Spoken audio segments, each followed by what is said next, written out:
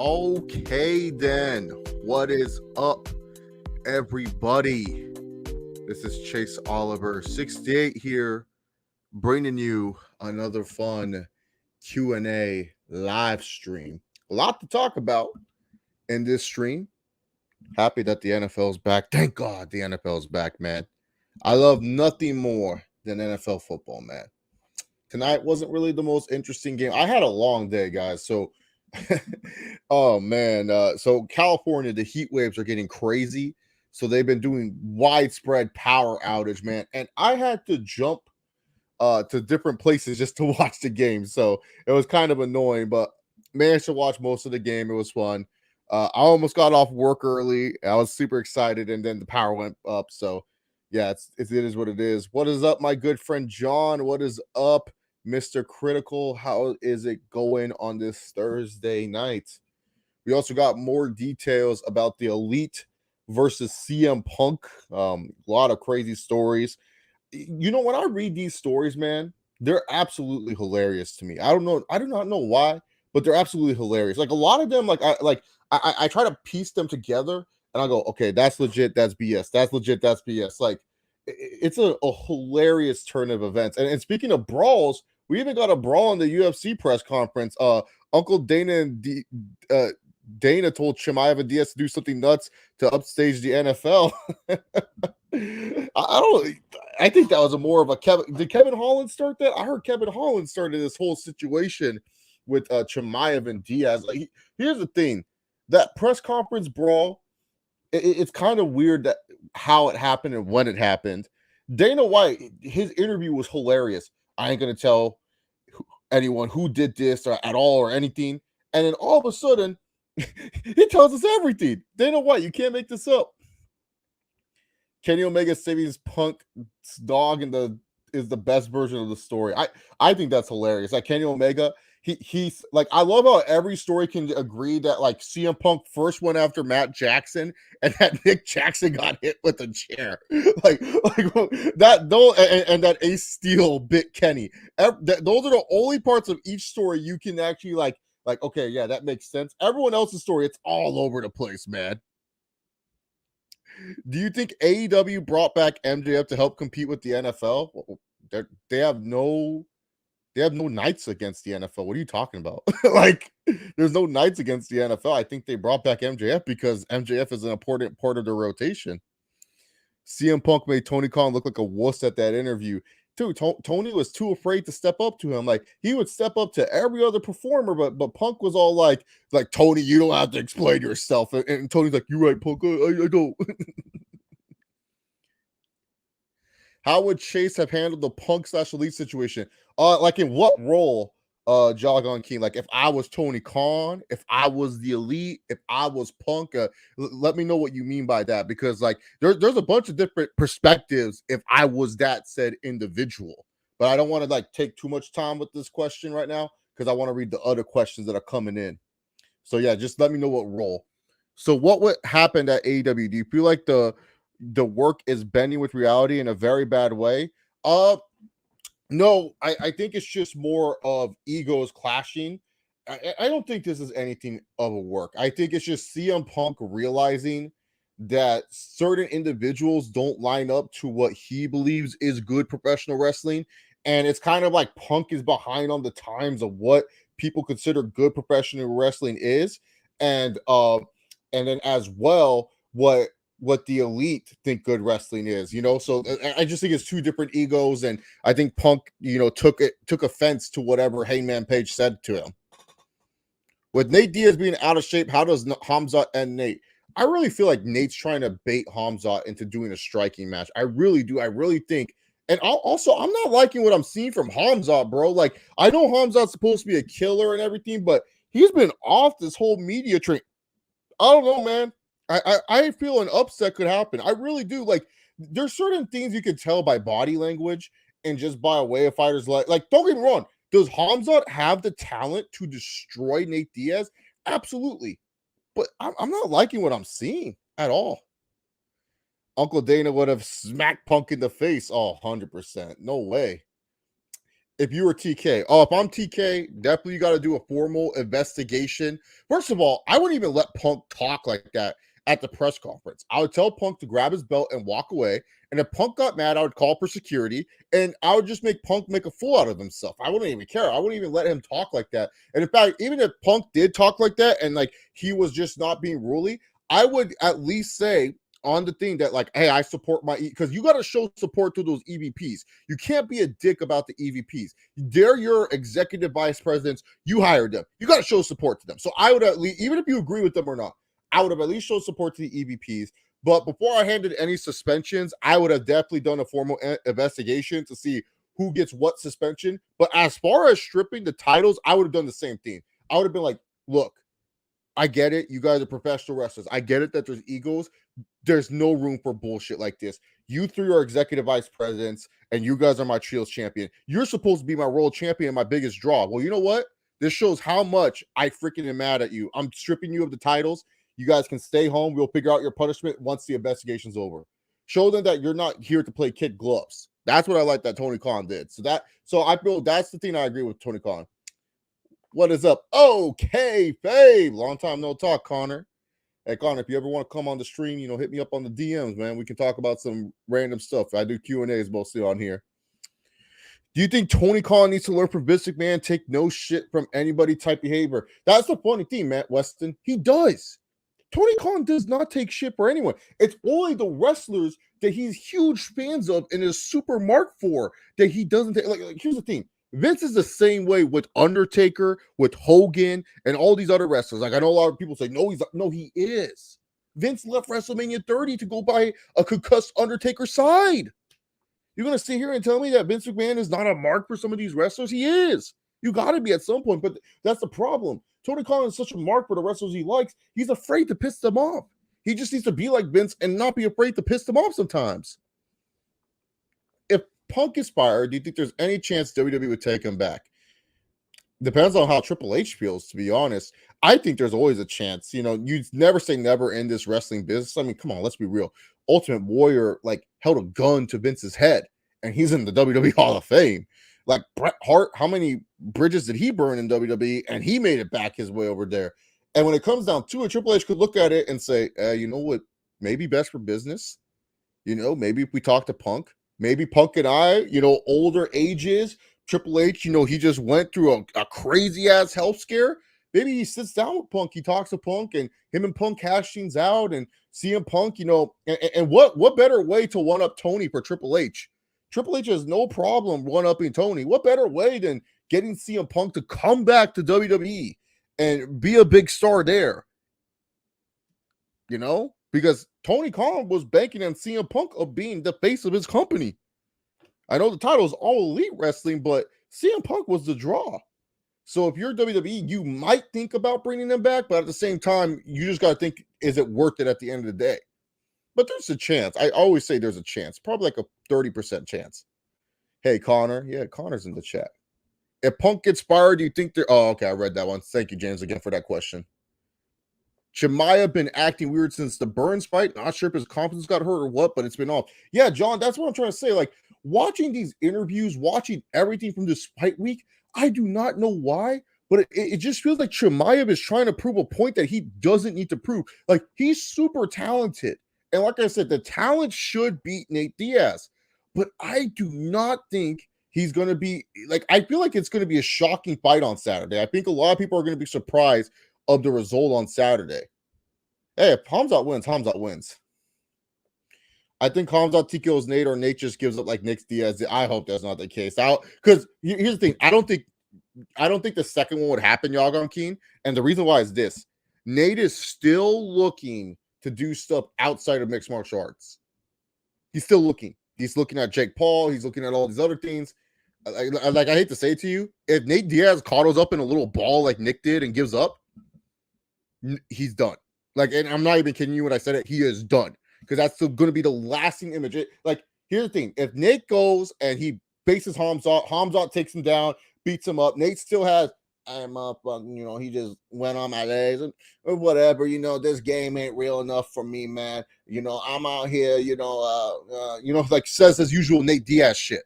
He's fine. But if Nate gives up, the guy that a lot of people say, oh, that's the beauty of Nate Diaz, he can win at any time, and he just coddles up in a fucking ball, it's over for him, bro. It's not even, I'm not even joking when I say that. It is over for him. His star power goes down. Like, no one will take him seriously. It doesn't matter that it's Khamzat Chimaev. Nate Diaz, the whole thing is that he's a real gangster. A real gangster inside of a cage would not coddle like that. So no, he can't do that. That second one would look so horrible for Nate. Do you think Triple H heard about CM Punk news, or would he speak? Oh no, he heard. Dude, does it? Triple H loves drama. Dude, Triple H probably is a Fightful Select member. He probably has one of his kids signed up for Fightful. You know what I'm saying? Triple H loves drama. You're gonna sit here and tell me Triple H isn't like giggling his tits off on this? Like, this is hilarious. Triple H is reading all this stuff, man. He loves it. The elite should not be EVPs. I agree. You think Danielson versus Mox at Grand Slam for the world title? See, John Moxley was supposed to take time off. So my question, my wondering is, do they surprise us with? I think it might be Danielson Guevara for the title at Grand Slam, and you give Danielson the belt. Because here's the thing, Mox has already been champion, and yes, Mox cut that great promo and everything like that. But if he really is like, hey, Tony, I really want my time off, then you give the belt to Danielson. But if Mox is good to go and he's willing to work another month, then you give it to Mox. But then the question is, with how great that promo was and Mox as champion, do you really want to give it to MJF right back? Because that's the thing. A lot of people, like, AEW is hot-shotting the belt a lot. Not out of their control for sure. Like, not to their own bet. Like, they're not doing it on purpose. It's just out of their control. But how do you do it where it's like at least Mox is still looking like, like, I don't want him to take another pay-per-view main event loss. That's where I'm trying to get at. It would look bad if he took another pay-per-view main event loss. And honestly, I feel like you can build up Mox and MJF a little bit further down to next year, let's say like Double or Nothing or whatnot. Because I really think the money is MJF winning the title. I think MJF beating Bryan Danielson would actually be a good thing. And then you build up towards Mox and MJF, and Moxley's whole thing is like, I don't want you taking that title there. That place nearly killed me. And MJF is just being a little cocksucker the whole year of 2023, being like, this is it. I'm taking this to the Rumble in 2024. That's the story you have to go with. And I feel like that story is better. Like, I feel like MJF beating a Bryan Danielson would also improve MJF's like street cred, because we've seen MJF and Mox, and that was a good match. But the thing with MJF, a lot of people wonder, hey, can he go like that, like, brawling style? And Danielson will get the most out of MJF, in my opinion. So I would go Danielson, Guevara, build Sammy, because Sammy needs a push more than Mox. That's just me saying that. Sammy Guevara needs a push more than Mox. Danielson, Guevara at Grand Slam. Let Mox take his time off, like, reward this guy for time off, first of all. And I don't think he needs the belt right away. But ultimately, the one guy that should take the belt off MJF, and just for MJF to say, hey, my bad, bro, like, I did this to you, and now it's time for me to repay the favor, is Wardlow. If they can somehow keep Wardlow hot for the next year, which I mean, they're starting in the right direction. They gave him back his old theme song, which is good. We shall see. But I do think that the smart move here, the smart money move, is keep MJF and Mox away until like Double or Nothing. I feel like that's a better booking. Like, I heard rumors that might be the Full Gear. I think that's just a little bit too quick. And I feel like if you want a quick transitional champion, Bryan Danielson will be a better one, because at least then you give Danielson a world title reign, and at least Danielson is also world champion. And then that can start the Danielson and Mox like feud, if you want to go down that route too, of like, oh, who's the real leader of BCC or something like that. Just ideas racking off in my brain, all at the top of my head. TK needs combos with Dana White. He does. He talks to him. He doesn't listen. What are your thoughts on the shift being banned starting next season? Oh, for baseball? I think it's good for baseball, because here's the thing. The problem with baseball is a lot of the offense nowadays comes from the fact that you want to make so the problem with baseball nowadays, a lot of these players, they're being trained not to hit those grounders, not to hit like in those certain positions that are hard for infielders to make. They're being taught just to hit long balls because that's the only way they score. Like teams start doing this shifting crap, and then it makes it where it's like, okay, these grounders up there. Like baseball lost a lot of its technique. Now, do I feel like this will get more viewers back? I don't know, but I like the idea of the shift being banned. Punk getting fired would hurt his legacy. Yeah, I think it would, especially because Punk came back and he was very, very like, this was like a big win for AEW. Like, I don't care what you feel about CM Punk, you cannot deny CM Punk coming back to professional wrestling was a big win, and also for AEW. This was a huge win for them, a huge get. We're all saying, oh, yeah, that's cute. AEW got Jon Moxley, but let's be real. Jon Moxley, not really on the same level with CM Punk. Like AEW was making cute signings like Jericho, Jon Moxley, but Punk, that's a needle mover signing. That's a signing that says, okay, we are serious about competing with WWE. So yeah. Who do you think will win NFL MVP? NFL MVP for me, honestly, man, I feel like Josh Allen's is a safe pick this year. Josh Allen or maybe Aaron Rodgers again, but I got to go with Josh Allen. What do you think are the chances of MJF really going to WWE? Oh, 50-50. I really do think it's 50-50. I really feel like Tony Khan was like, I think Tony Khan's preparing for, hey, I might lose this guy, but this guy is beneficial to our television. I have to show him on TV anyways. And if he's willing to play ball and put someone over on the way out, it only helps him. At the end of the day, it only helps him because MJF is good for TV. So at the end of the day, it benefits everyone involved. It benefits MJF because he raises his stock if he does want to go to WWE, and it benefits Tony Khan because he gets one of his top performers on television, and hopefully he can have someone built up beat him. Anderson is going to KO Jake Paul, and Jake Paul will fight KSI right after. I don't know. Maybe KSI wants to fight another YouTuber. Maybe he'll fight the winner of Gibb versus Austin McBroom. Jericho can be like Undertaker for AEW as a veteran locker room leader since he takes shit from no one. That's true, but I don't know. I don't think Jericho's really I don't think Jericho loves that role. I think Jericho likes being the cool uncle. Like the guy that you can go to for advice, but like it's not like he has to worry about like it having any like effect. It's just kind of like advice he can give you. MJF should win the title and eventually have Wardlow beat him since the history they have is great with each other. Yep. Did you, John, kissing that man during the match? Jon Moxley put his opponent in a sleeping hole from behind the back, standing.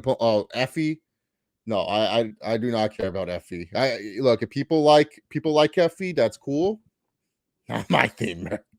Like I get it. People love that stuff, and that's cool. If that's your thing, awesome. But for me, I'm one of those people where it's just kind of like it's not what he did. It's just more of like, why are you doing that with the biggest star of the brand? You know what I'm saying? Like, they're like a lot. I get it. Effie's a cool character. He does a lot of cool things for the LGBTQ community. That's not my issue. My issue is like, you're doing this in like what should be like considered a serious moment. Like, this is supposed to be a big time money match for this company. And it's like, this is an image people are going to see. And not everyone's going to understand the context. So that's my thing, where it's like, look, if you want to have fun while wrestling, if you want to wrestle the way you want to wrestle, awesome. I have no problem with that. But it was just kind of like one of those scenes where it's like, why during that match? like it makes no sense to me. How dreadful is another Roman versus Care Bear feud? Who's what? John, what are you talking about? I don't know what you're talking about, bro. I think you I think you are intoxicated, my friend. What do you Care Bear? I haven't heard that name in years. Hope he's doing well. I think he's controlling his narrative somewhere, right? Right? Yeah, he has to be. No way this guy's here.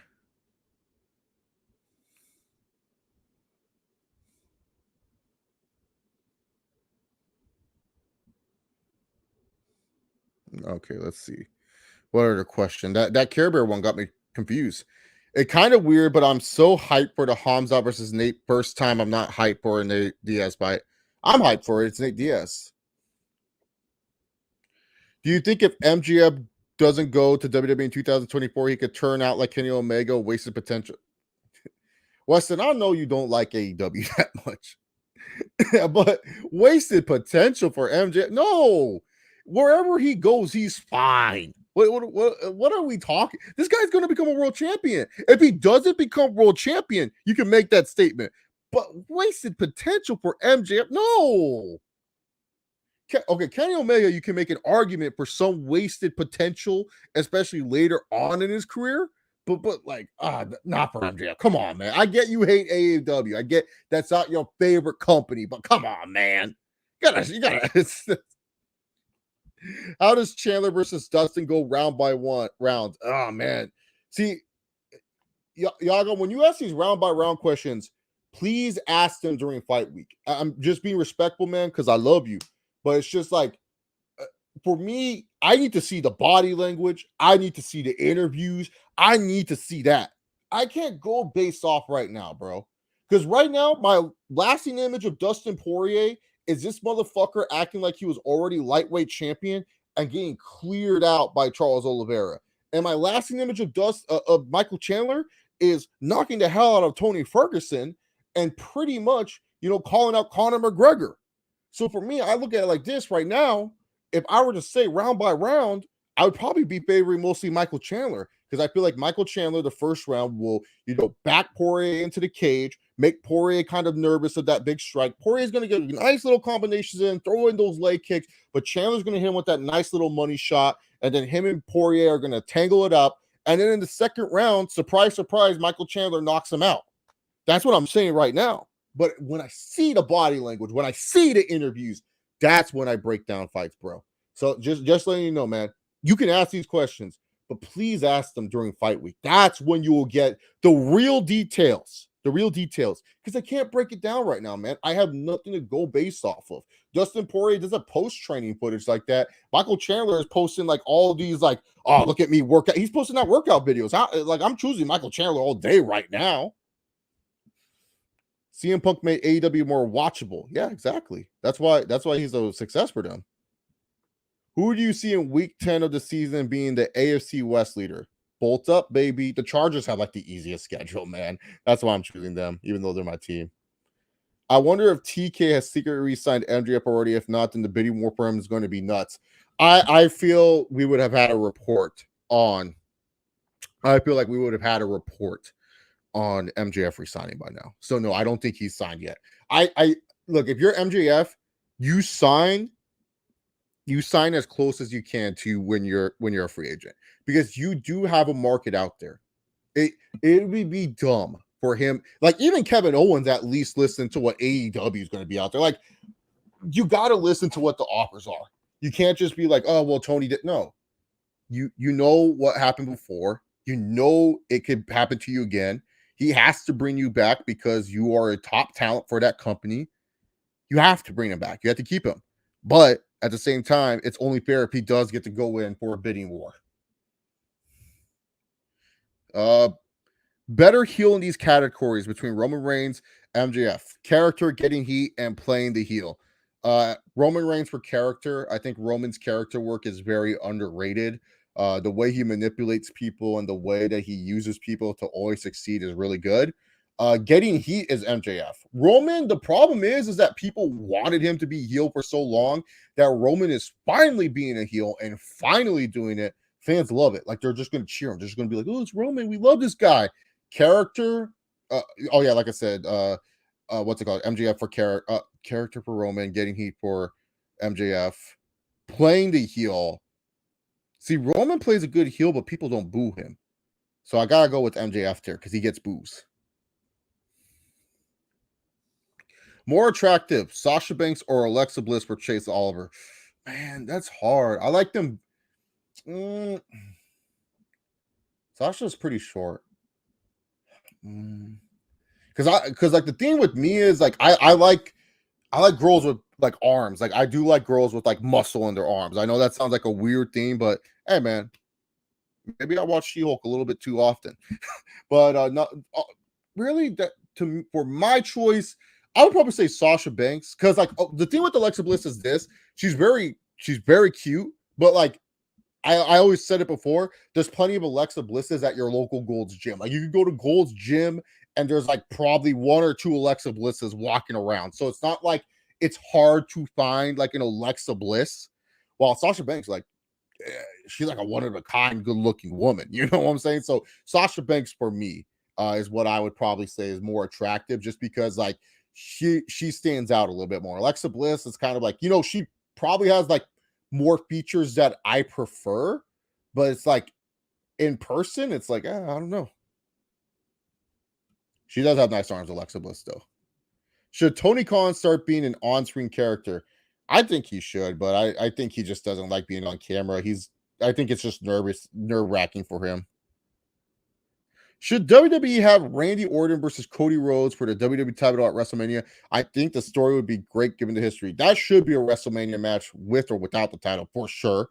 I would prefer for the title, but I don't know. I think that Roman, unfortunately, is going to be the undisputed Universal Champion. Hello, exactly. I wouldn't want to get to know wrestling ring with him. Like that's the thing. Like for me, I don't mind what Effie does. Hey, all power to you, man. Do what you want to do.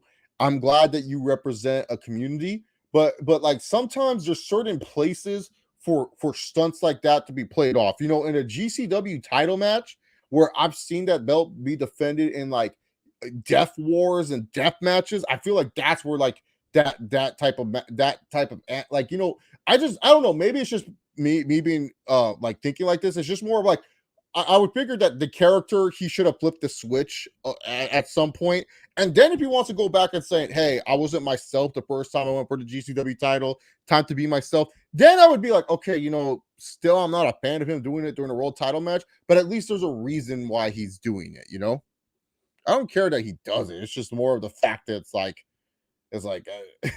like, you know what I'm saying? Like, I don't care that he does it. It's just more of the timing of how he does it. It's kind of weird.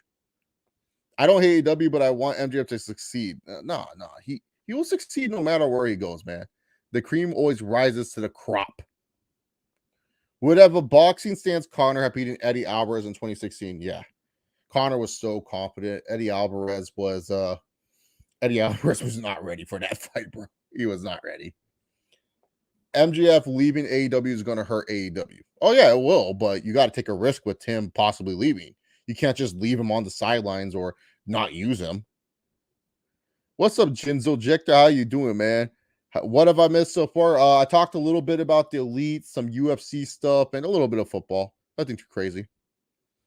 If you're MJF, if you aren't promised to be close to a top guy in WWE, then he needs to stay in AEW. He's as close as his top base and company you're going to get. And that's the thing, too, where that's where MJF also, it's smart for him to come back and do this because he's raising his stock, but he can also see the landscape because look, let's just say Roman does, take a longer sabbatical after WrestleMania Hollywood, which I think he will.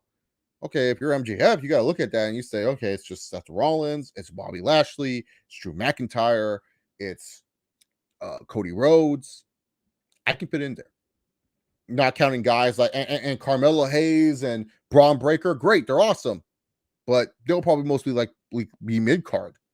And MJF is probably the most talked about prospect, and especially because his theme music is not like a theme music that AEW owns. It's just a YouTube sound music, a basic YouTube sound music, like that like the most generic YouTube music ever. People are going to recognize it, even if they don't watch WWE. The minute that I know WWE fans who know who MJF is because he gets hyped up a lot. Guy gets hyped up a lot, and he's a good talker. So yeah, I think he has a chance, but I think that it's smart what Tony's doing. Play in a little bit to reality that you could lose your top guy. When you see Sasha and Naomi returning, before Survivor Series, I think right now, like, it's best to keep them away from TV. Give them like look, I truly believe Triple H is going to bring that war games to Survivor Series, and I feel like that's when Damage Control will have like its biggest test, and you'll need 2 women to help you out. Boom, Sasha and Naomi. Just give it time. I don't think you need to rush their return.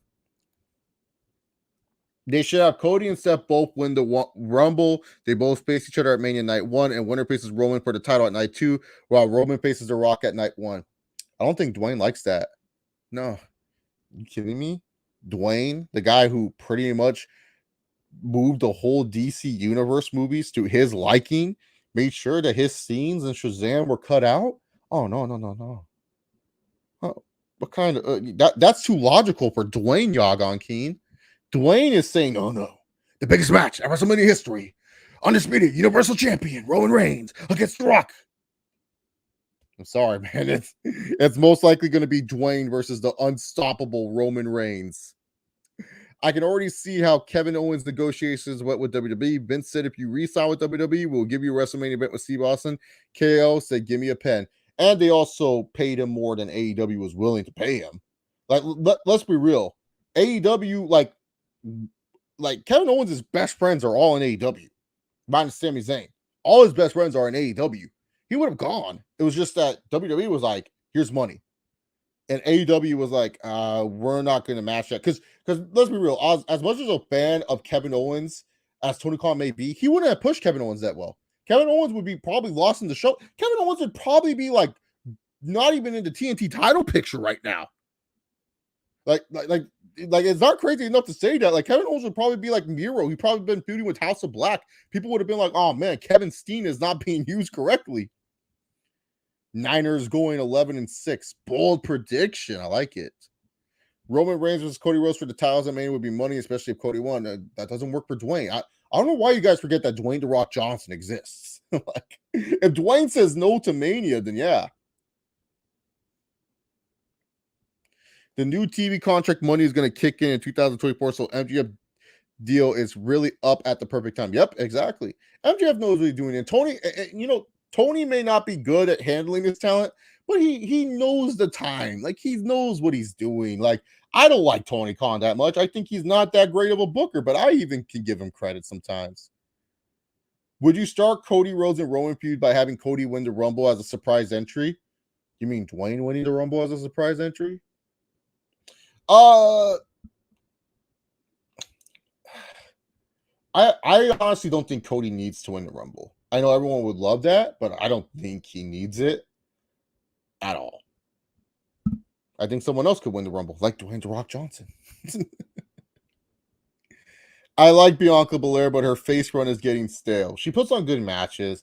I just feel like Damage Control is just way more interesting right now. So it's kind of like Bianca. And Bianca doesn't really have that much promo material to work with. So I just think it's just Damage Control just being a little bit more interesting and the lack of promo material for Bianca. But she's still great. Do you think Care Bear going to SmackDown? Who? What is it? You guys are asking weird questions about a Care Bear that I don't want to answer. Like, this is ridiculous. Care Bear. SmackDown? I don't know what you guys are talking about. You guys must have a weird WWE feed. I don't even remember what this is all about.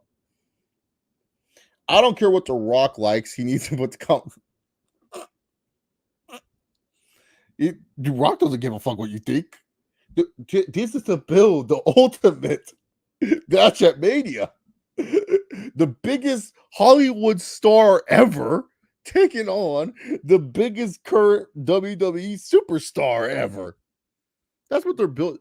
Look, WrestleMania at the end of the day is a business. It's a business model. I like Cody. I think Cody's going to do great things, just not at WrestleMania. I'm listen. I have a track record that's pretty solid when it comes to predicting things. Okay, pretty solid. I'm just trying to set you guys up. I don't want you guys, especially you, Yagon King, because you DM me a lot. I don't want you DMing me that you're upset. I'm trying to help you. I'm trying to help. I'm trying to tell you that it might happen where The Rock and Roman fight for the undisputed Universal title.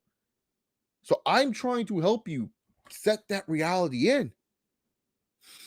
I don't want you disappointed. If you want to believe in Cody versus Roman, awesome. But until I feel like Dwayne is not 100% going to WrestleMania, I can't choose against The Rock. I mean, it's Dwayne. How do you go against Dwayne? KO getting over 1 million per was something he couldn't pass up from WWE.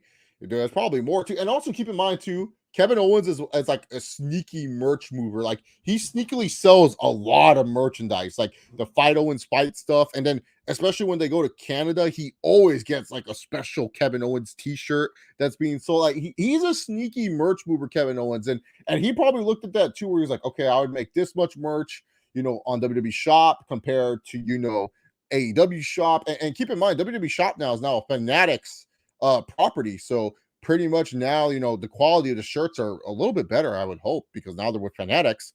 But WWE Shop with Fanatics, I'll get this much compared to pro wrestling tees. And Kevin Owens, unlike most people, been on the independent, so he knows like how much that pro wrestling tees cut really, really is. And really, to be honest, like I said, sneaky merch mover. A lot of his merchandise, when it gets released, it's like the top 10 selling merchandise. It's just an easy shirt to wear. Fight Owens fight, keep on fighting, all these other stuff. I'm not saying his shirts sell out, but what I'm saying is you'll notice that you'll notice top sellers on WWE Shop, and it's like, oh shit, it's Kevin Owens' shirt. It's selling. AEW, I don't know if he moves the merchandise as much. So I feel like you got to also play that into the factor where, merchandise probably had to come into play as well.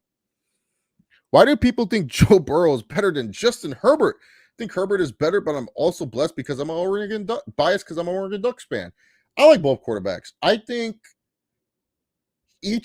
so I'll say this, talent-wise, Herbert is better than Burrow, but Burrow has some better characteristics than Herbert that I feel like helps him a little bit more. I feel like Burrow's a little bit more fearless than Herbert. Not to say Herbert's afraid of stuff, but Burrow shows that moxie, that thing that gets the teammates going. Herbert does the same thing, but he does it a little bit more quiet. To me, I like both quarterbacks. I don't think Burrow's bad at all. I think Burrow is really like a top 5 quarterback in the league. Same with Justin Herbert. Burrow has shown though that his results matter. He's been to the Super Bowl. Justin Herbert has to still make the playoffs, but I do like Herbert. I think his arm talent I think he's more talented than Joe Burrow, if that makes sense. I think if The Rock wins the Rumble and faces Roman, I think he'll get booed. He's going to be flack with the Black Adam movie, and even got booed at Comic Con. I don't know what to say to you. You're just going against. Yeah, I know he will. I'm trying to keep the straight face when I do the Rock bit, but he will. He does. Here's the thing with the Rock. He doesn't know what he's doing half the time. He just makes a lot of money. #Mana. So are you saying The Rock will take the titles off Roman? I'm just preparing you guys. I'm just trying to tell you guys. Don't be surprised if it happens. Look, Dwayne's ego is bigger than you think, bro. How far do you think Dominic will be going with this heel run? Man, hopefully till the end of the year at least. They can't just turn him back real quick. I'm going to DM you every Care Bear match and segment to make you aware of the fake news happening on the. What do you mean? What are you talking about? He's back? God, you guys are getting weird feed. My feed, I don't know about you guys. I saw a beautiful Fatal 4-Way tag team match that, just ended abruptly because Otis, broke the ring. Yeah, I don't know if you guys saw this, but on my episode of Raw, Otis broke the ring after, everyone did, that Tower of Doom spot, and he got suplex, and the ring just exploded. And so we had to have a long commercial break for them to rebuild the ring. And, they said that we couldn't figure out the number 1 contenders to the WWE tag team titles. That's what I saw. I don't know what you guys saw. Care Bear coming back? Golly. Now you're saying he's on SmackDown? Man, you guys are in the Twilight Zone. I love the Rock stumble for him coming back. I think if Black Adam flops, he appears at Mania and he succeeds, then his chances of appearing at Mania will go down. I think I have it the reverse. I feel like if Black Adam flops, his chances at Mania will go down. And if he succeeds, his chances at Mania even more because he can start selling DVDs and more. Look, here's the thing. The Rock has been in many projects. This is the project he's the most passionate about. He needs this project to succeed. This has been something that he's been building up longer than anything he's ever done in his wrestling career. Since 2007, we were talking about The Rock being in Shazam. 2007. 2007. And now this guy is finally doing the movie that he wants. He literally told them Black Adam is not jobbing out to Shazam. And literally, I read a tweet from Seahawk that summed it up the best. You don't know how powerful The Rock is. He took a tier 2, tier 3 Justice League villain in Black Adam. Like, let's be real. Black Adam ain't all that. And The Rock has made this guy into a big time deal. And pretty much, man, made this tier 2, tier 3 villain into its new centerpiece. This is their centerpiece to the new DCU, to the reset. Because we already know that even though The Flash is getting good reviews, they're going to have to do something with Ezra Miller. Something's going to have to give. They're going to have to find a way to get rid of this guy. We don't know anything about Aquaman just yet because they might have to redo that movie or something like that. Shazam, we know is settled, but they just got to remove The Rock getting his ass kicked in that movie. And that's the thing. We do not know what they have planned for everything else. So that's why this movie right here, it's important. This is The Rock's big dream. This is something The Rock's been wanting. So I feel like if this movie flops, he will be so embarrassed he wouldn't even want to do Mania because then he's afraid that people are just going to remember him for Black Adam. Even though people will just forget. I mean, The Rock's been in how many good movies has The Rock really been in? He's been in a lot of shitty movies. Like, Rock's good movies are comedies, bro. But for whatever reason, Dwayne still thinks he's an action star just because he lifts a bunch of weights. Triple H needs to make mega stars that are full-timers on the roster if he wants to be successful like Vince McMahon. Yeah. Oh, dude, the Rock's humbleness is like the funny. The Rock is the perfect PR machine. Like if you just want like public relations 101, just look at the Rock's Twitter timeline, how the Rock is and everything like that. Like, I always say this with people. People don't understand. The people who are on top, the people who are successful have egos. Can they be humble? Absolutely. Absolutely. But when you're at the Rock status, you cannot sit here and tell me that this guy is the most, like, look, he's humble to his family. He's humble to his friends. But when it comes down to it, the guy has an ego. He believes certain things. And that's why he gets shit done. That's why he has this great deal with Under Armour, where he makes shoes that a lot of people buy every year, that he makes merchandise that just flies off the shelves, that is very popular with a lot of male demographic. Like don't get me wrong, I am a perfect example of, look, I grew up as a huge Dwayne The Rock Johnson fan. One of the Funko Pops that are on that behind my belt, on top of the belt right there, is a Dwayne The Rock Johnson Funko Pop.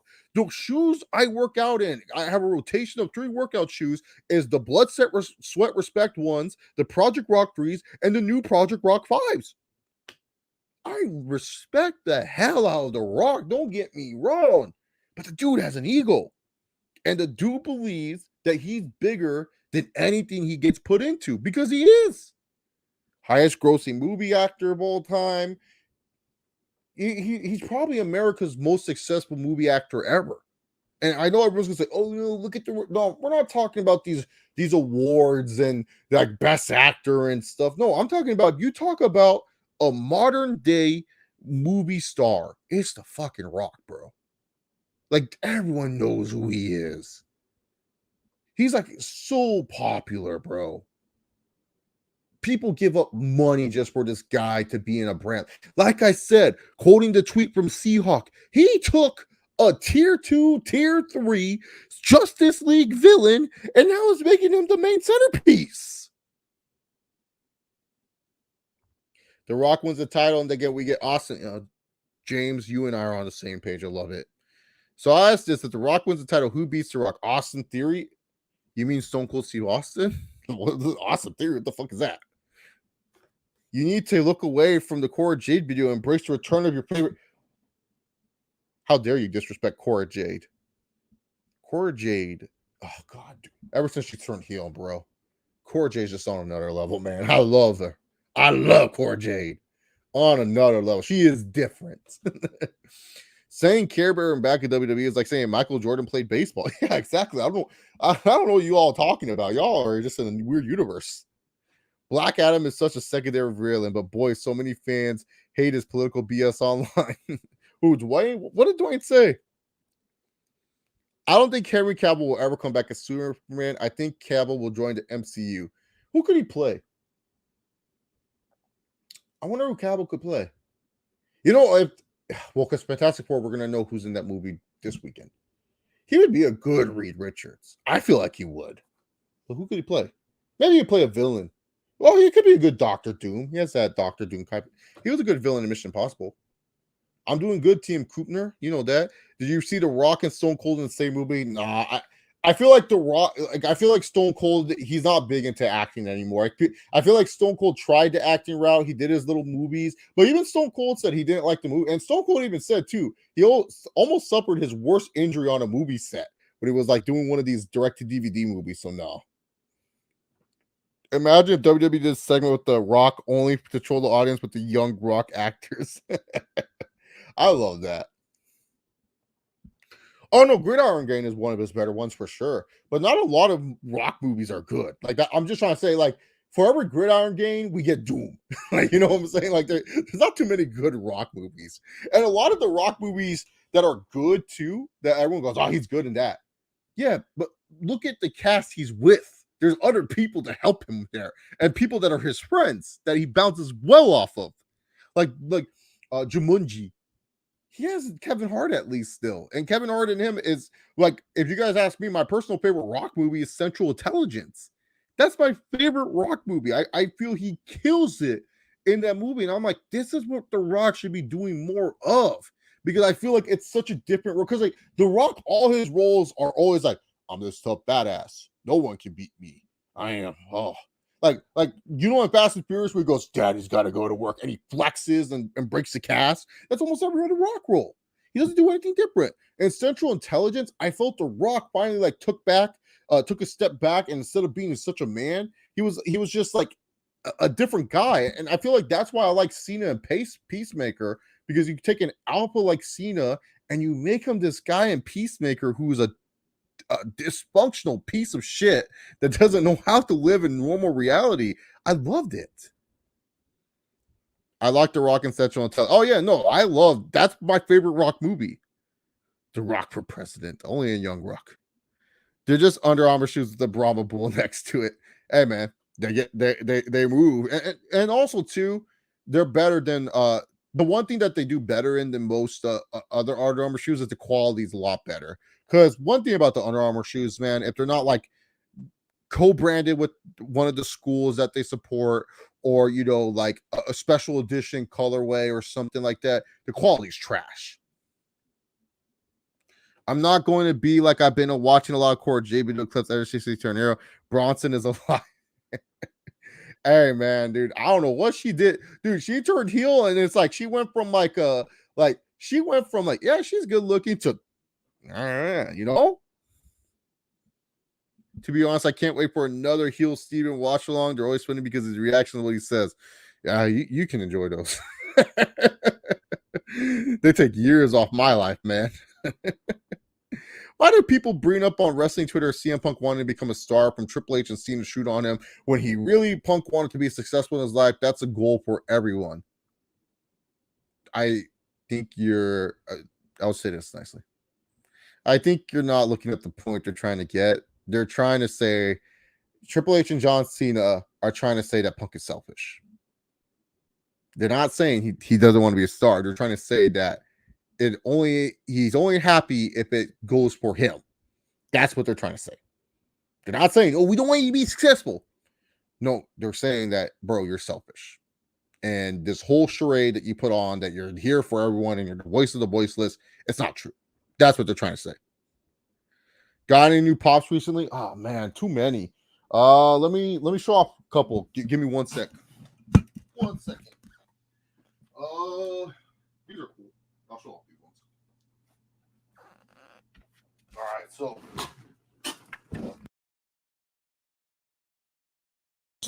so these ones are just black lights. I love black light line for Funko. Scarlet Witch, like her a lot. And then one of my favorite Disney villains, Maleficent. This one's cool too. This one reminds me of Maleficent from Kingdom Hearts as well. You know, she's one of my favorite villains in Disney, and it was cool that they used her a lot in Kingdom Hearts and stuff. It's sad that like the dragon doesn't have like a smaller version, but those are two of my favorite pickups. I have more. I'm just too lazy to grab them and stuff. Like I got a couple Demon Slayer pops, like from Tanjiro and stuff. So yeah, but I'm excited. I get those Ultra Instinct Goku pops. Oh, and then I got the Eternal Dragon right there and stuff. He's pretty cool at night. Should Shazam be in Wonder Woman 3 since she will be in Shazam 2? Yeah. I think that'd be great. I think more of the DC heroes interacting with each other, the better.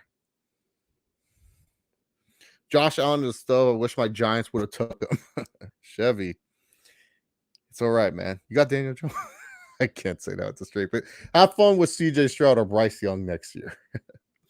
Punk is just being proven he has an ego, only wants change as long as best for him. Yeah, exactly, John. That's where they're getting at. They're not saying they don't want him to be successful. They're just saying, like, bro, it's all about you at the end of the day. Triple H and Cena should be the last people telling Punk when they are known for burying many talent and acting selfish in the business. Triple H, sure. Cena, let's not go there. Like, Cena has put his fair share of people over.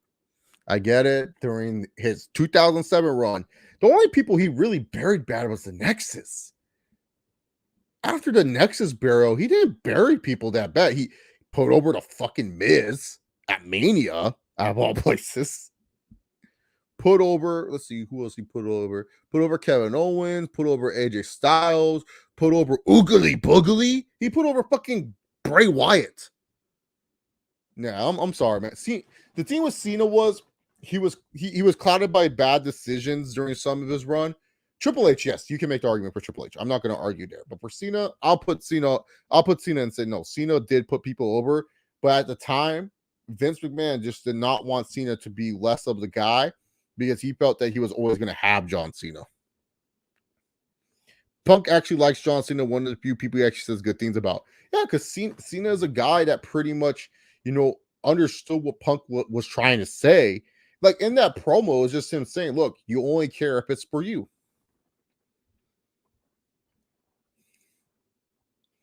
In reality, you gotta be selfish to succeed sometimes. Yeah, I know. I'm just trying to tell you that the whole thing wasn't them being mad that Punk was successful. It's because he's selfish with wanting success.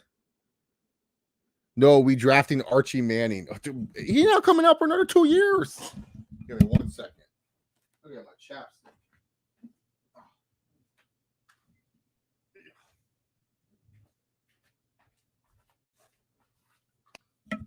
Yeah, Archie Manning ain't coming back for another 2 years. What are you talking about, Chevy? Rusev? No, we ain't saying he burying Rusev. Rusev still got over.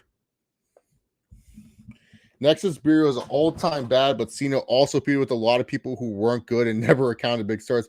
Granted, a lot was because of Vince McMahon booking being bad. Yep. The Miz needed The Rock's help to be. Oh, stop. Y'all can stop. Nope. And I'm sorry. Nope. I'm sorry. He put Miz over at Mania. If you lose to someone, it does not matter, clean or whatever, you're getting put over. That's winning. You're getting put over. Like, I don't know how to say this to you, but if someone voluntarily loses in a fight, they're putting you over. I'm just trying to tell you, he put over Miz at Mania. It doesn't matter if The Rock came out or anything. There's plenty of times where Punk put over people and a lot of people came out. Does that mean that Punk didn't put these people over? No. I'm just trying to say he did put these people over. He decided to lose against these people. He could have easily sold Dwayne, and that was before Dwayne became who Dwayne was. That was Dwayne. Like, yeah, Dwayne was in Fast Five, but no one expected Dwayne to blow up like he did. I'm just trying to tell you, like, Cena did put people over. Like, you cannot say he didn't. I get it. If you hate Cena, totally fine, but stop trying to discredit it. I get it. You like Punk. Or I don't know if you like Punk, but you feel sympathetic for Punk and you got mad at those promos. I get it. Fine. But at the same time, what I'm trying to tell you is that they feel like what they were trying to say was CM Punk selfish. And yes, you got to be selfish sometimes to reach his top. which is fine. But the thing is, they weren't trying to discredit his success. They were just trying to tell CM Punk how it is. Do you think Aleister Black is headed back to WWE? Right now, man, I don't know. I feel like he's trying to take care of his mental health. I feel like he's trying to take care of himself. I think right now wrestling should be the last thing on Aleister Black's mind. I don't think he should be thinking about going to WWE or going back to AEW. I think he just should spend time with his wife, play some games on Twitch, and just enjoy himself, to be honest. Why do you think the Seahawks are keeping Pete Carroll when they are rebuilding? Probably it's too expensive to let Pete Carroll go. Like here's the thing. A lot of people don't realize some coaches are just too damn expensive to let go. And the thing is this. If you let Pete Carroll go, you can still have to pay him some sort of his contract. This must be a year where Pete Carroll's contract is way too high to let him go. And also, too, Pete Carroll is one of those guys, like, let's keep in mind, when the Seahawks were not that good, Pete Carroll was a guy who got a lot of most out of his bad players. Legion of Boom were not, besides Earl Thomas, the Legion of Boom were not highly touted prospects coming out of college. Guys like Bruce Irvin and even Bobby Wagner were guys that a lot of people questioned that he picked. Pete Carroll knows how to get the most out of his players. He knows. Russell Wilson was a third-round pick. A lot of people didn't expect Russell Wilson to turn out how he is, and look at him now. He's the top 7 quarterback in the league. Even if you're rebuilding, I trust a Pete Carroll as a rebuilding head coach than I would trust some random young upstart that doesn't know what he's doing, or a random guy or someone from college. Like, I feel Pete Carroll is a smart move. I think it's either one, he costs way too much money. If they cut him or if they fire him, they won't have money to pay a head coach a certain length. And two, he has a proven track record of turning, disappointing seasons into successful ones. Pete Carroll, like, look at the season that the Beastquake happened. That was a bad Seahawks team, and they ended up upsetting the Saints. So that's why I feel like when it comes down to it, Pete Carroll is like a good coach for these types of situations, for rebuilding and everything. We will just tank 2 years in a row. It's worth it. Yeah, I mean, there are good receivers and good players on these upcoming drafts, so I can see that. I guess Care Bear couldn't control his narrative. What do you mean? He's still controlling it. I don't know what we're talking. What's it called? Talking about fans. John Cena buries wrestlers. John Cena is great. He helped me so much. Yeah, that's pretty much what people say. Cena put over AJ and KO big time. You don't need to win feuds, but he did lose matches to those guys. Exactly. That's what I'm trying to get to the fact of. Cena didn't Cena bury Khali? Yeah, but Khali stinks. like we're not gonna put over Khali here. And if anything, he made Khali look good. All of Khali's best matches are with Cena. How is putting someone over when it looked like he was a chump and then losing a month after putting someone over is making credible, like what Foley did to Orton? Miz did not look credible.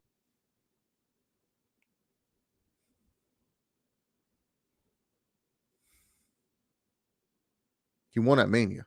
I don't know what else you need me to spell for you, Yagon King. He won at Mania. I get it. He looked like a chump, but he won at Mania. And then he lost his title because of John Morrison in a cage match. Cena didn't Cena pinned Morrison in that match. He didn't pin Miz. And Miz pretty much tried to do the whoopsies onto John Cena with the I quit recording. And then at the end of the day, it backfired.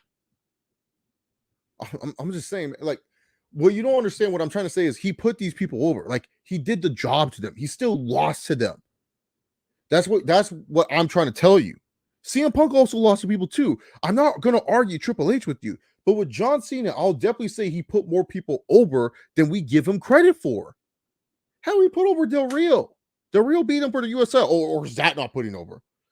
I'm saying losing to someone is putting them over. I'm not saying, Miz became a major star after. No, listen what I'm trying to say. If you lose to someone, you're putting them over. It's up to Vince to capitalize.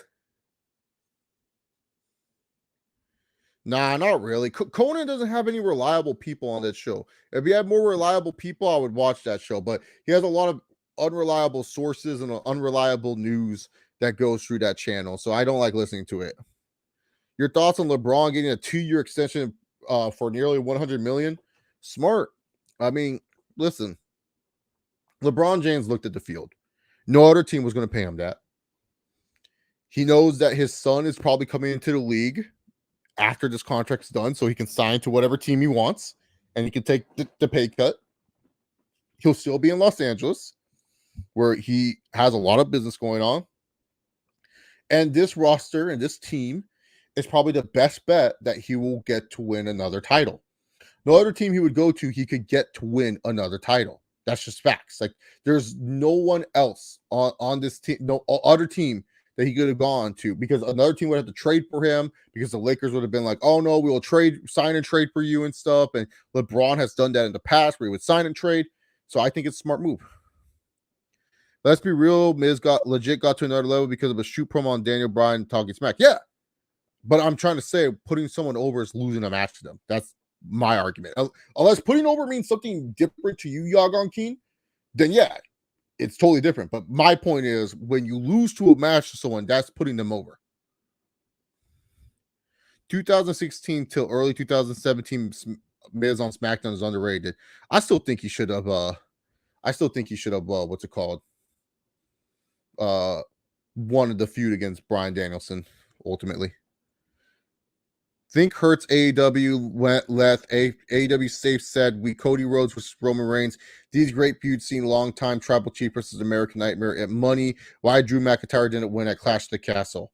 Because there's levels to this, Alyssa, and Drew's just not on Roman's level. That's it.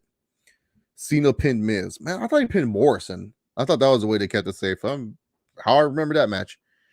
Do you think we'll be getting Kairi Sane back in WWE if she returns, or they put the Gargano family stable on Raw? I'm good. Gargano family stable is a possibility. I don't know when they're going to pull the trigger, but they might do it. Kairi Sane, she was an ambassador for WWE. I think she's still wrestling. I'm not sure. I think Kairi Sane likes being in Japan. I think the only way she's back in WWE if WWE opens up like WWE Japan. Why do people say Jalen Hurts is good?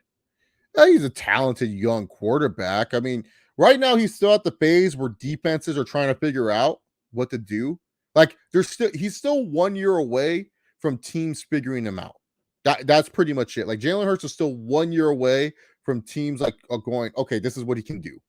Because this is only year number 3 for him, and he has time to improve. His arm mechanics are just all over the place. I think that's his weakest asset, is the fact that his arm is just like, it's just not a reliable arm. But other than that, he has the athleticism and skills. Like, he's uber athletic and strong for a quarterback. So yeah, I think he's a pretty solid quarterback. He's not a bad quarterback. Like, he'll be in the league for a long time because he'll be a perfect like look at Marcus Mariota. Mariota still gets opportunities in the league, and he's not that good anymore, at least. Cena put over more people than Rock, Austin, Hogan, and Triple H. No, okay, The Rock put over a lot of people. Let's stop that. The Rock was like losing matches left and right. Austin didn't put people over. Yeah, I'll say that. Austin barely wanted to put over Kane. They had to do some bullshit just for Kane to beat Austin for the title. Hogan, yeah, definitely not a Triple H job. But to say The Rock never put people over, he lost all the time. He lost Triple H. He's ass. Jalen Hurts. Keeping it 100 is fucking hot garbage. Yeah, exactly. It made Cena look strong as someone else needed to help him beat him, and Del Rio beat Cena when it didn't matter as much since Cena was ending in 2015. That's your opinion. I disagree. Putting someone over and making someone credible is legit, and legit is for me. All right, so that's your definition of putting people over. My definition, putting someone over, is saying, hey, I'll lose to you in this fight. That's what putting over means to me. Do we agree to disagree on what you said? Because if you want to agree to disagree, I'm good with it. Because you putting over for you is different than putting over to me. No one's wrong in this situation. Because by your definition of putting people over, You believe that people should become stars after that. Now, here's my question to you, Jago King. Who has CM Punk put over that has become stars because of CM Punk? You want to pull Triple H's and John Cena's name in there? Okay, fine. Give me CM Punk's name. Give me who CM Punk put over. Since you want to put Triple H and John Cena. By your definition of putting over. By your definition. Because for me, my definition of putting over is, hey, you just lose the fight. You say, hey, you win this fight. That's putting someone over. Because that's how the wrestlers use that term. Clippers will eliminate him if they're healthy. Your thoughts on the WWE shop going with Fanatics? I like the move. I think Fanatics is a better system than what they had. Fan Cash is very useful because you can use it on all platforms. So it's really nice. I like Fanatics. I think it's a smart move by WWE to go with Fanatics, and customer service is way better at Fanatics, and also shipping is way faster with Fanatics. Like WWE shop, oh my god, sometimes I feel like I order from Pro Wrestling Tees. I miss Mick Foley in the business. He can bring magic to views and make people look credible. Yeah, he makes people look good. Great enhancement guy. Oh, dude, yeah, Mick Foley would help so many people in AEW. So many. Yeah, like Team Koopner says, don't forget to hit the like button, guys. Thank you, Team Koopner. What match getting WrestleMania 39? The Rock versus Roman Reigns or Cody Rhodes versus Roman Reigns? If you missed it, Melissa, I said Rock versus Roman is most likely happy. The Rock made Booker T look credible to face Triple H at May 19, only for Triple H to make him look non-credible. Well, The Rock, like I said, he put a lot of people over because he lost a lot. He lost to a lot of people. He put over Brock. He put over Triple H a bunch of times. He put over a bunch of people, a bunch of junk too. But The Rock, he just had the star power. So it didn't matter if he lost. It was like, okay, The Rock loses, he can bounce back. I don't think Cena was ever at that level, to be honest. Maybe Cena now is at that level, but Cena back then, no. He was like, yeah, I don't know. A lot of kids love Cena now. Who eliminated The Rock in the Battle Royale? Oh, Booker T and to get the title shot. I was like, what is he talking about? I'm like, oh yeah, the Battle Royale. The most degenerate sorry gone.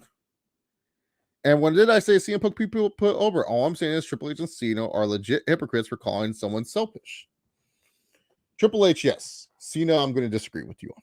I don't think Cena was selfish in a lot of his run. I think Cena.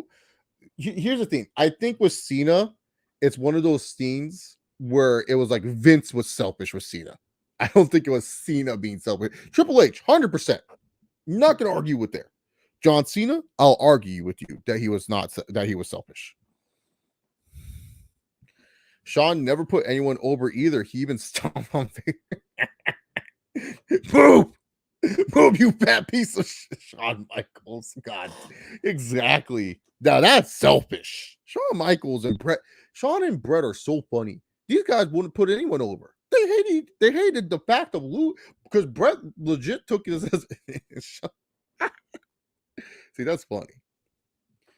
Am I the only one that is kind of booked out how people are jumping Triple H train because of some 10-year-old segment that is supposed to make CM Punk look bad?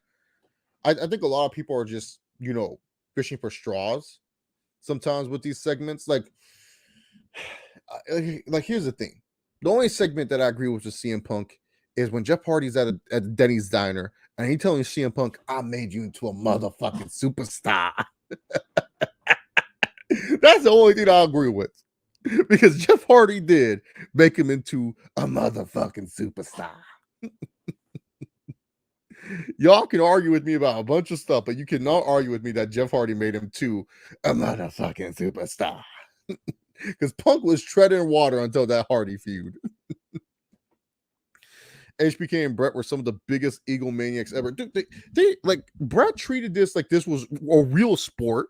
HBK, I don't know what his issue was. He was just angry at everything, man. Thank God he found Jesus. I find it hilarious that Undertaker threatened to kick Shawn Michaels' ass because he wouldn't put over Stone Cold. I feel like that's a problem with AEW. They don't have like an Undertaker to threaten to kick people's asses.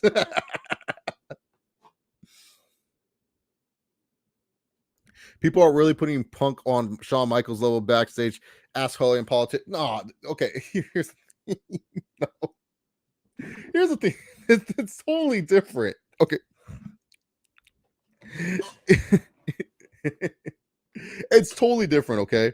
See, CM Punk is going to. Let's be real here. AEW is a 3-year-old company. That's a 3-year-old company. This is AEW's 3rd year of existence, right? Am I wrong or am I right? Yeah, I'm right. 3rd year. CM Punk is going to a company that is still learning. And Punk was coming in trying to help the company. Punk was their draw. He was doing what he's doing. Shawn Michaels was trying to act like he was filling the shoes of Hulk Hogan, of Ultimate Warrior, of Ric Flair. Shawn Michaels was trying to fill the shoes of Lex Luger, god dang it. Shawn felt he was as big as those guys. That's the difference. CM Punk is not acting like he's bigger than these guys. He's trying to help these guys become as big as him. It was just that there was a conflict of interest for whatever reason we don't know. But to compare him to Shawn Michaels is absolutely ridiculous. Shawn Michaels, if you would have asked Shawn Michaels back in 95 who he thinks is the best wrestler alive, he would have said him. He would have said that he's a bigger draw than Hogan. He would have said he's a bigger draw than Ric Flair. He would have said he's a bigger draw than the Ultimate Warrior, Lex Luger, and the likes.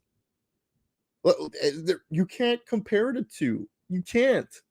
Shawn Michaels was trying to replace once-in-a-generation type talent.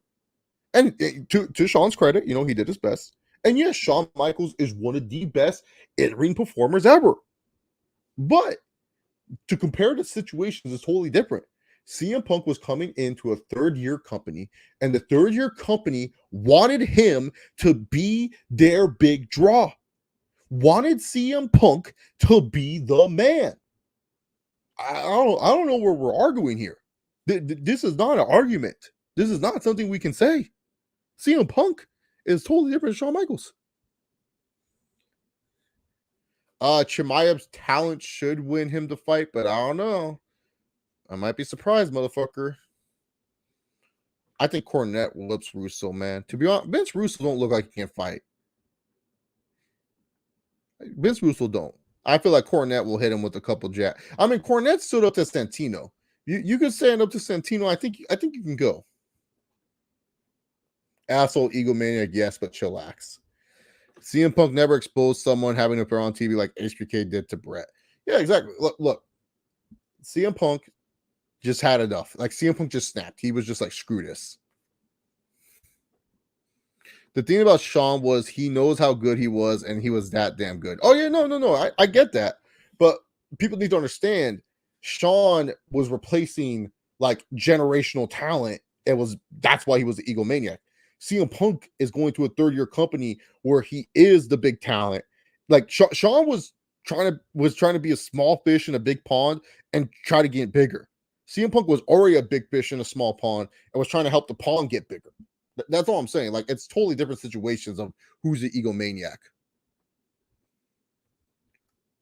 Jericho by default, man, because that's like the only guy that most casuals would know off the top of their head. I mean, I guess Danielson too, but he doesn't do the yes scene anymore. I always feel like the yes chant helped Danielson a little bit. What's up, Jackhammer City? I saw your comment, by the way. And am I right? Do I remember hearing that Tony Khan actually wanted to have Punk as his main guy? So if he was running a fantasy wrestling promotion, which kind of came to fruition, yeah, that was this was like, okay. Here's the thing: CM Punk was always destined to most likely come back to AEW. They even talked about it. He was going to probably come back in 2020, but because the world shut down, and like, here's the thing: you're not going to run CM Punk's return with no fans. That'd be so stupid. The rumor of CM Punk sold out the United Center in Chicago. So of course they're going to have Punk there. They're going to have Punk there.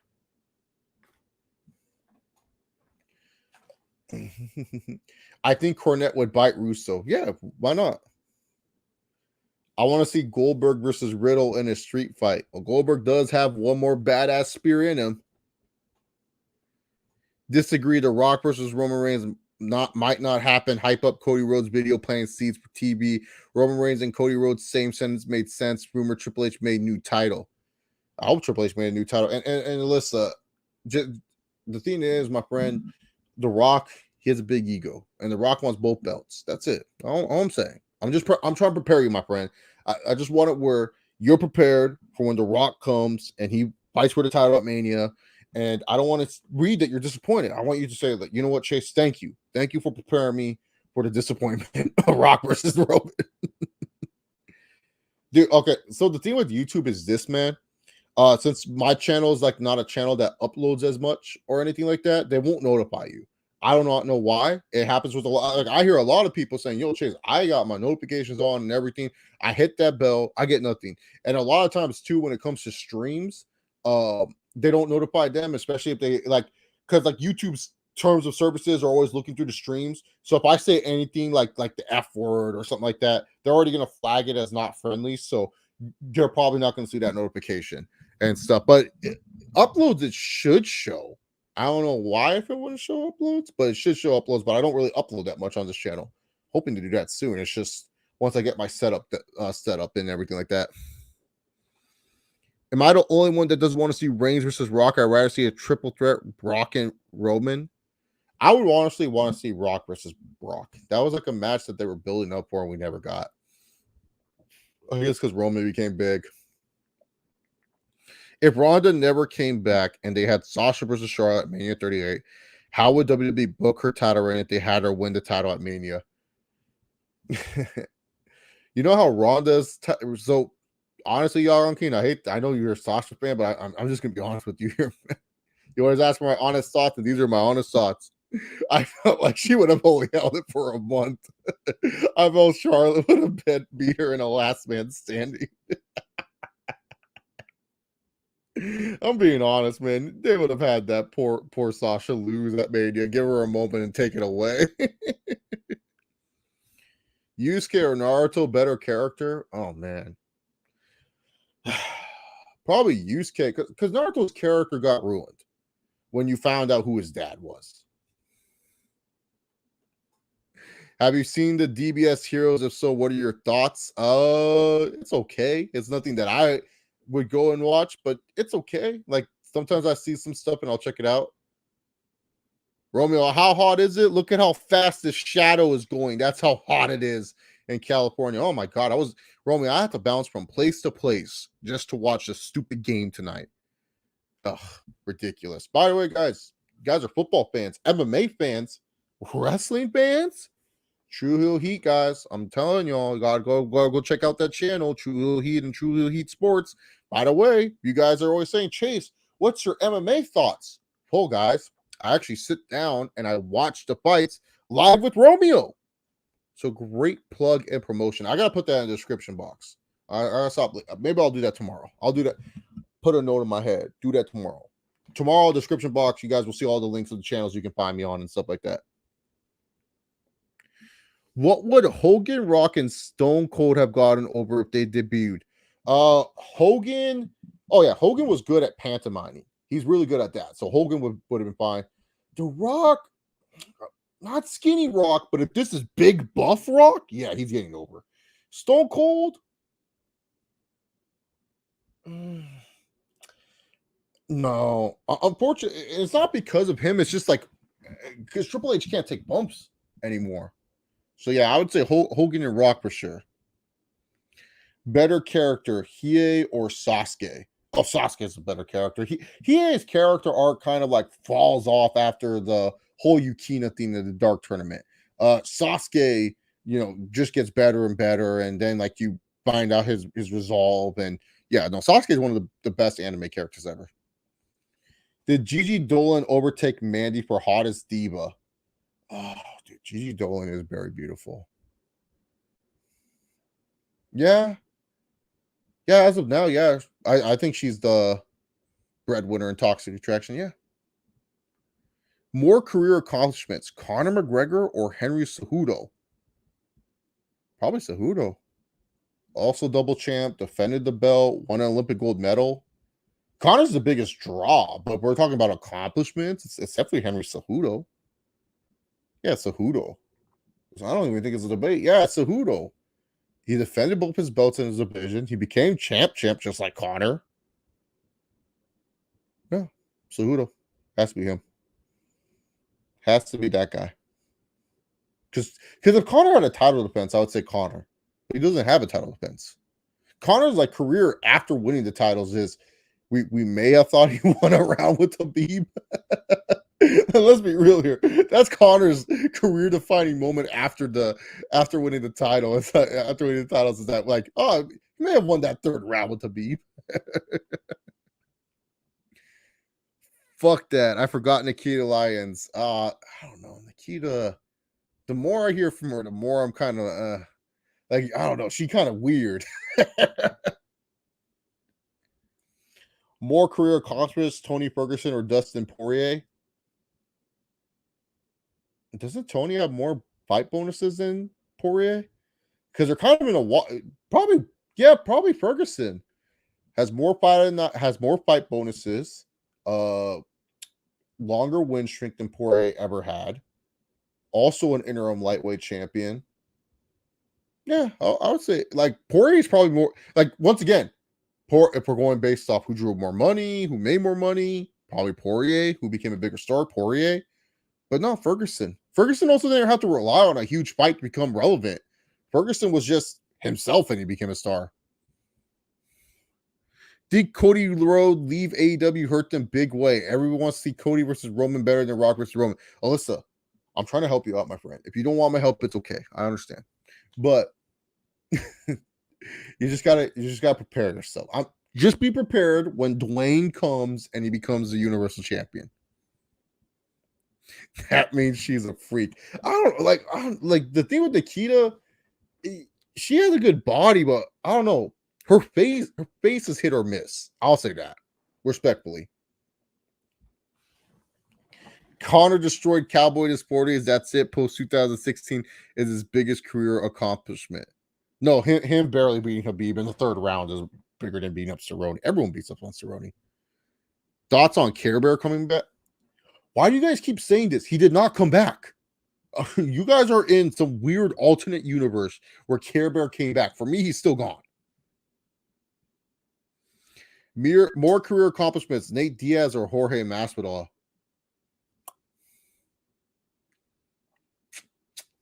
Probably Nate. It's tough because they're both in the same area where they have similar win streaks, but Nate has won the Ultimate Fighter. Both lost their title shots. Nate beat the biggest draw. Nate has better pay-per-view buys than Masvidal. Masvidal lost 2 title fights. Like Masvidal has way too many more bad losses in his career. Like a lot of Nate's losses aren't like terrible.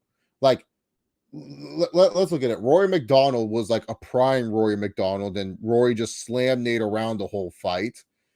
Then later on, he lost to Thompson via head kick. Benson Henderson just out wrestled Nate that fight. So not a lot of bad losses. Masvidal has a lot of bad losses. More career accomplishments, Eddie Alvarez or Anthony Pettis?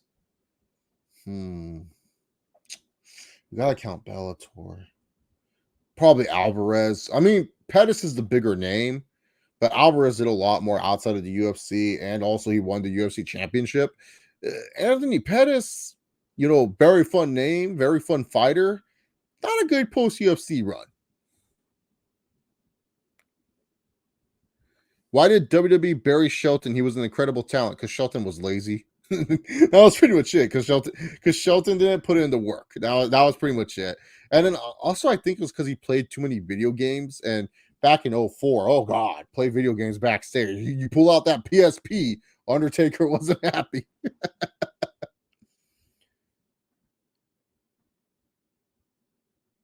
I'm not even gonna read that. That is just that's so fucking stupid. Who says that? Could you see Nikita Lyons being in a remake of a Super Freak? She was in that Powder Puff Girls video, and everyone's saying, "Yo, where's the Brazzers logo?" Do you think they broke up the Hurt business too early? Yeah. Her business should have gone on for a long time. Yeah. Yeah. You think Colby won the second fight against Usman? Nah. Usman won round one. Usman won round two. Round three was Covington's. Round four, I think I gave it to Usman. And round five, I gave to Covington a little bit, but I still think Usman won. No, Usman won that fight. I'm sorry. Like, I get it. People are going to look at certain aspects, but Usman won that fight. Covington didn't do enough. Like, here's the thing.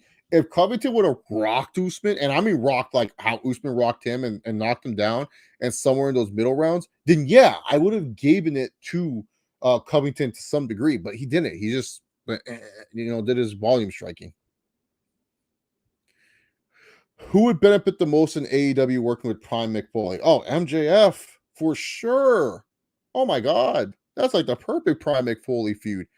Miro would have benefited. Oh, Hangman Page for sure. You could have Mick Foley cutting these promos saying like, "Oh, Hangman Page isn't tough enough. There's no way you can reach that dark place. You really think that you are some cowboy? You really think that you're gonna get there? But you can't. You can't get there." Like he's going crazy on him. Oh, fuck yeah.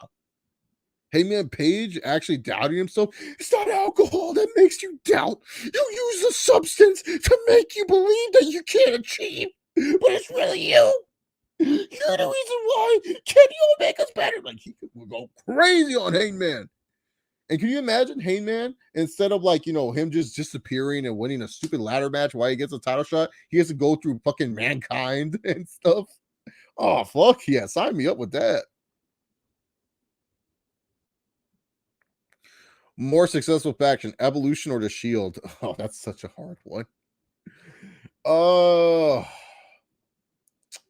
In terms of just wrestling, the Shield. We had movies and other shit, Evolution, but the Shield is.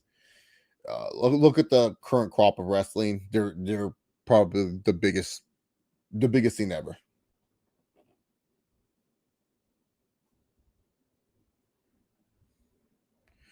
More career accomplishments, Dominic Cruz or Mighty Mouse? Oh, Mighty Mouse. Yeah, Cruz is great. Don't get me wrong, but Mighty Mouse is like he was pound for pound number one at one point. Funniest Connor moment, man. Nothing beats Snake in the Grass. He like who the fuck is that guy? Is hilarious, but where's that little snake in the grass? That moment just transcends so much. A lot of people like so the thing with me, because people know I'm an MMA fan, it never fails. At least once a month. I get someone sending me in a text message the video of Connor saying, "Look at that snake in the grass. Look at that snake. There he is." That is the funniest Connor moment.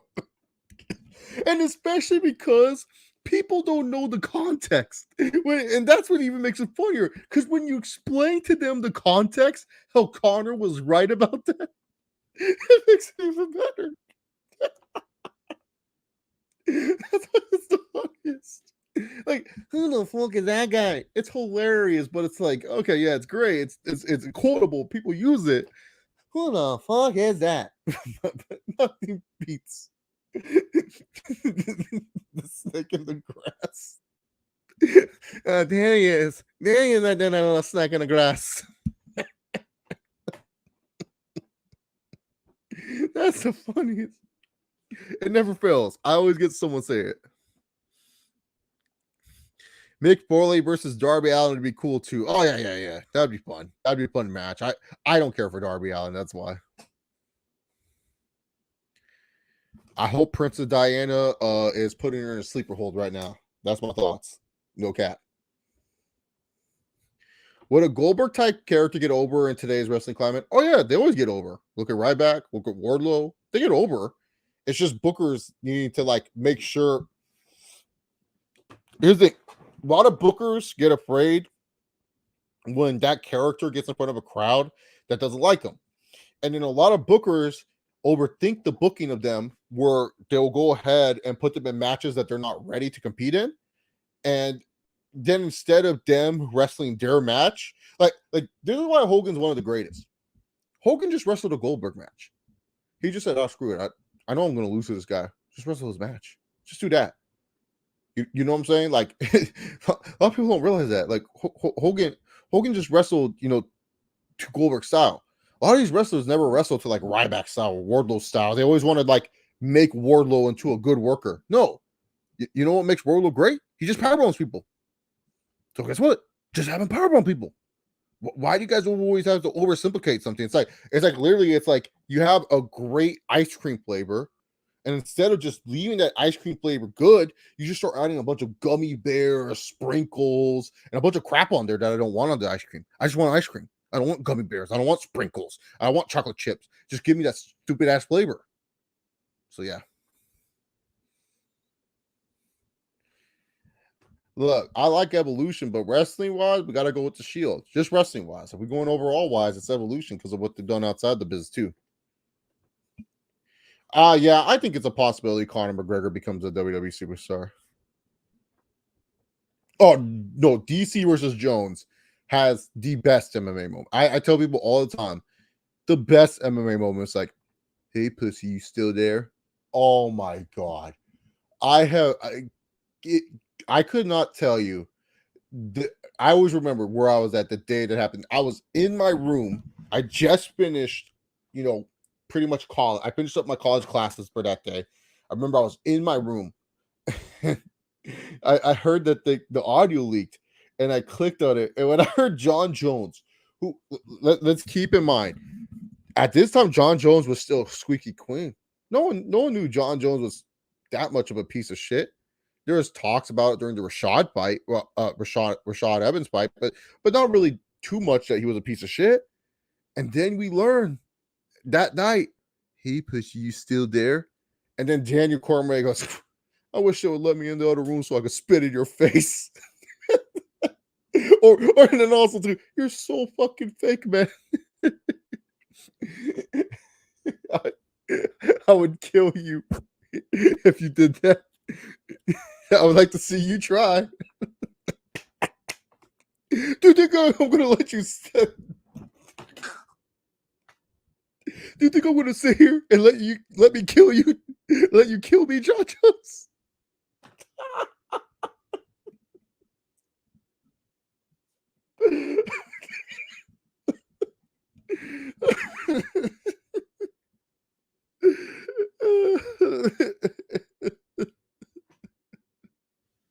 Oh man. Great thoughts, man. If you can bring back Eddie Guerrero, who would you have him feud with in either WWE or AEW? WWE Seth Rollins, AEW Sammy Guevara. So with the Paul brothers are with that, what celebrity would you see going to WWE? Huh? So with one of the Paul brothers are with what celebrity would you see going to WWE? I'm on the Cardi B train. I want Cardi B to go to WWE. I think she's a huge fan, so it'll work out. Better wrestler, Logan Paul, Bad Bunny, or Pat McAfee? Oh, Logan. Dude, Logan was so good, man. Bad Bunny is probably the most surprising because I didn't think he would actually okay, Bad Bunny was the most surprising because I did not think he would perform the way that he did at Mania. And especially because I thought because it was gonna be Damian Priest and then Bad Bunny would come in and do his moments. No, Bad Bunny was working the whole match. McAfee's good, but it's like I kind of give him a little bit of a benefit of the doubt because the thing with McAfee is like he's good, but it's like I can kind of see how he would fit with WWE because he has the charisma and stuff like that.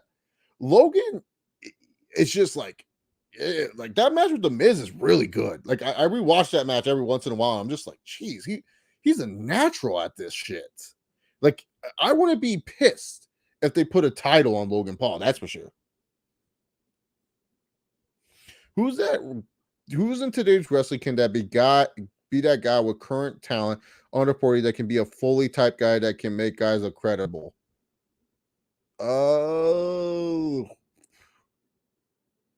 creditable. Um,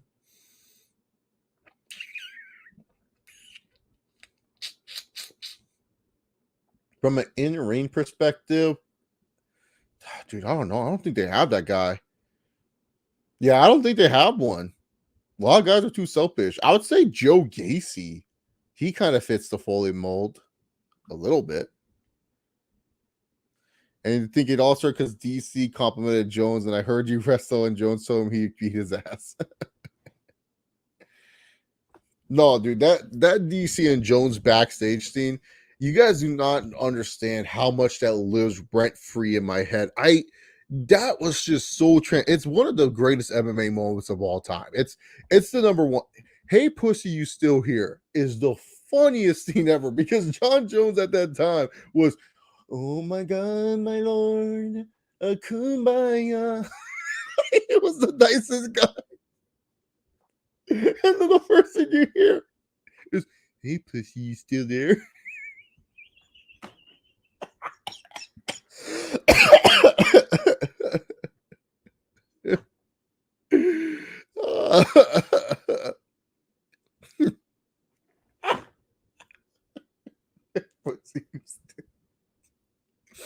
Yeah, I'm here. You're so fucking fake, John. I wish they would let me in that room so I could spit in your face. You wouldn't even dare to spit in my face. You spit in my face, I would kill you.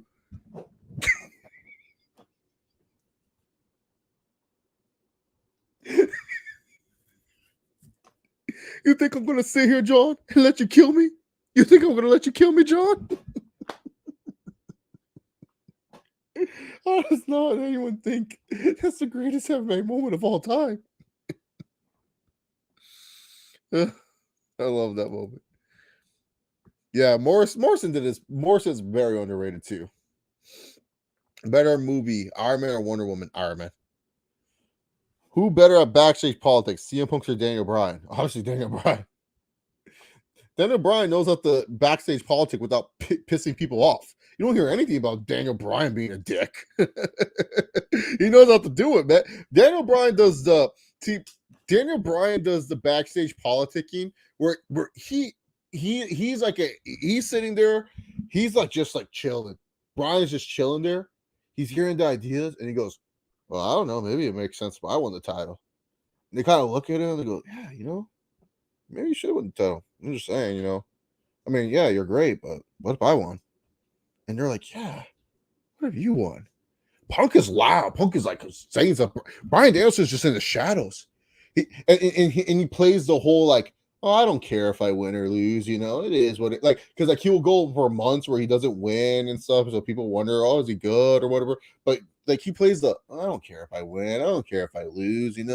I'm just here to help everyone. Like and he does that so well because you believe him. But like he's always in the shadows. He's just chilling there. He's just like, maybe I should win.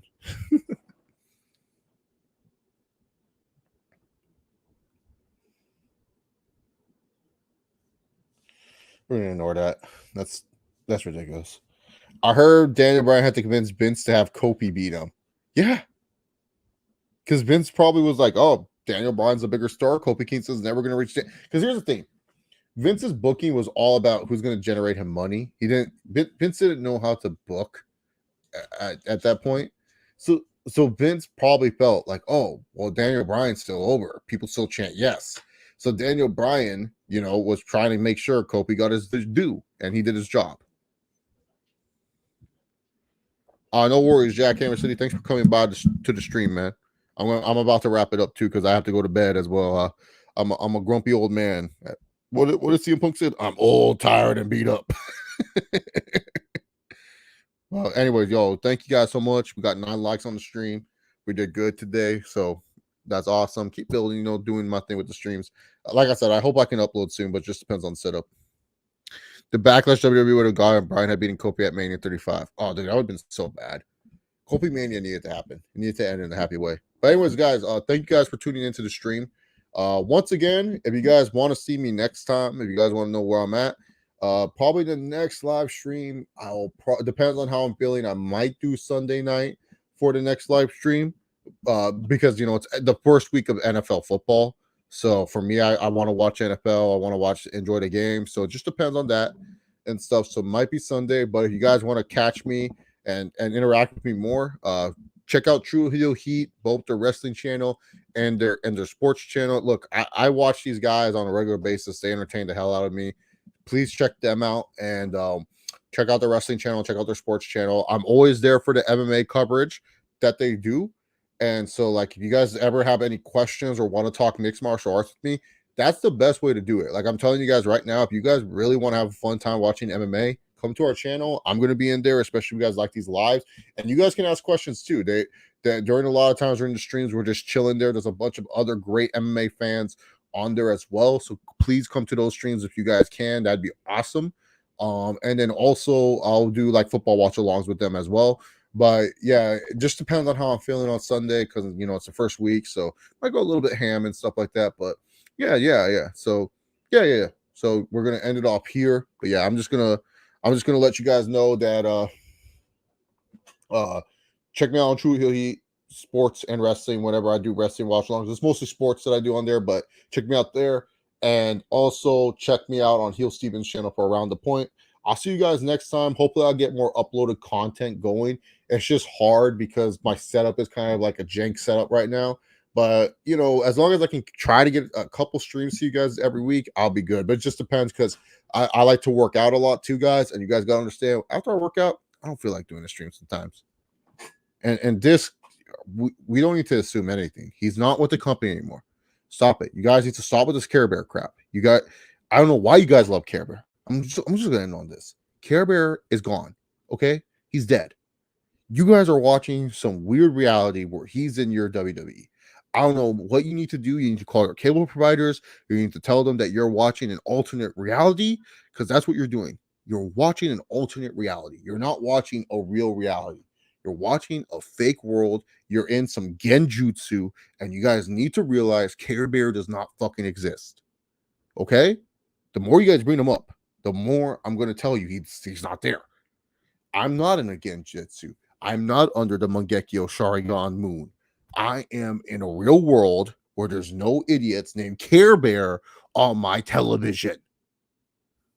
So stop it. Stop with this Care Bear nonsense. Y'all are crazy. Remember, guys, just like our champion Brock Lesnar, sometimes you don't have to give a shit in life. Yo.